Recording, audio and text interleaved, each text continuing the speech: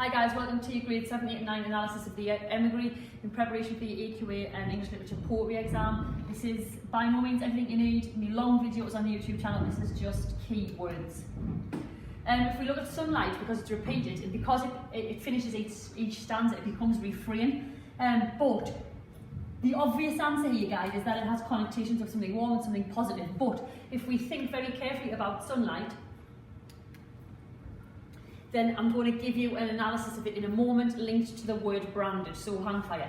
The word once is interesting because it means at one time in the past. So remember, we are instantly reminded that she is trying to relive a memory or cling to a memory of home. There's also suggestions that she's actually forgotten the place, and therefore the place she describes is idealised rather than realistic. And also once is at a single time. So again, there's a notion here that her country has changed.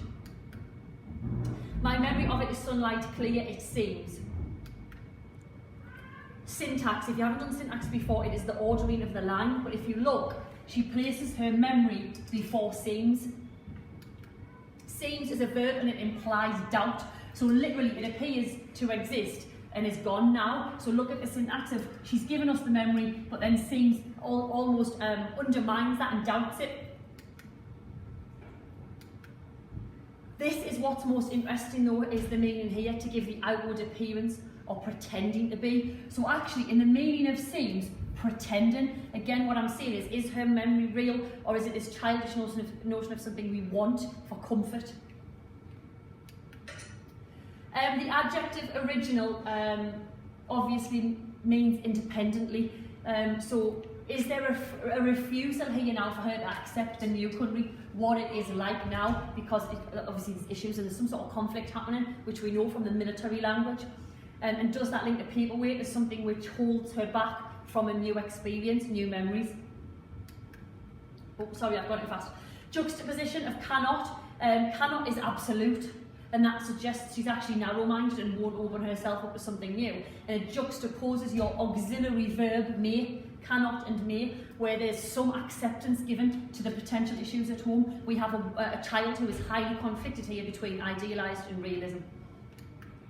Paperweight's a massive one, massive metaphor, a noun. Sorry, my clicker's not working. There you go. It holds her back, it holds her down, the fact that she can't move on. Metaphorically, it's a burden that she can't get home, that she can't experience something new. If you put a paperweight on something, naturally it would hold it down. She's obviously the paper in this image as well, and in that instance she comes across as quite vulnerable. Again, possessive pronoun my, in my city, there's this notion of something desperate. Paperweight is linked to her view and her memory. Again, it sounds like she's burdened. Syntax, again, is interesting here, that branded comes at the end of the stanza and therefore seems to be more important when she says, I am branded by an impression of sunlight. Now, it comes before sunlight, so again, look at your syntax, branded, then sunlight. It naturally gives us negative connotations. Sorry, too fast. Branded, this is what we need for sunlight. Branded means you are marked by your owner, carrying the brand of something, a mark by burning, a mark, etc. But if you look at the origin of the word from Old Norse, it means akin to burning someone. So when students argue that sunlight is positive, is it, or is it hurting her because it's branding her? Has her old country branded her as well? So we've got this awful connotation of something linked to something animalistic or even slavery. Lexical fields, we've got a couple of lexical fields at play. We've got one that is military and conflict based with the tanks, the frontier, the war and the tyrants. We've got oppression with branded, banned, lie, accuse and circle. And we get the repetition of the conjunction but, which sets up an internal conflict and a mental conflict between memory and reality. And if you look back in the poem, she keeps mentioning but, which again juxtaposes ideas between hope and reality, and this idea that she refuses to accept the truth. Tyrant is a noun. It comes from the Greek word to mean an absolute ruler. So when she says it may be sick with tyrants, then we know that her country is being oppressed and the people in charge are ruling through fear rather than quality, I suppose.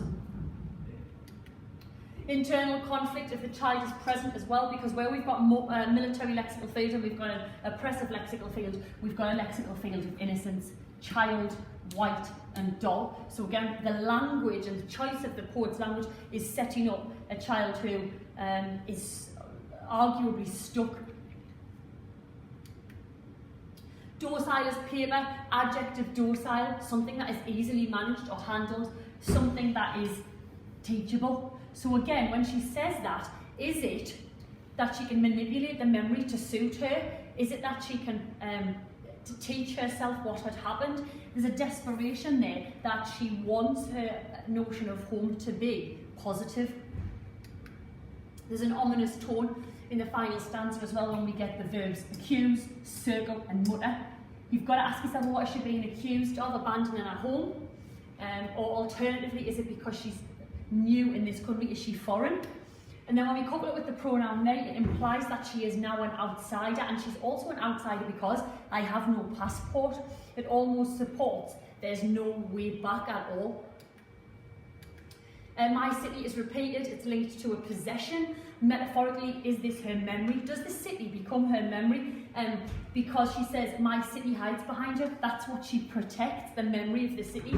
And alternatively, does the metaphor symbolise the notion that she's trapped physically? I did say this would be quick, it's by no means everything. My full analysis of the Emigree is on the channel, but you really want to be thinking about branded by sunlight. It's a huge line.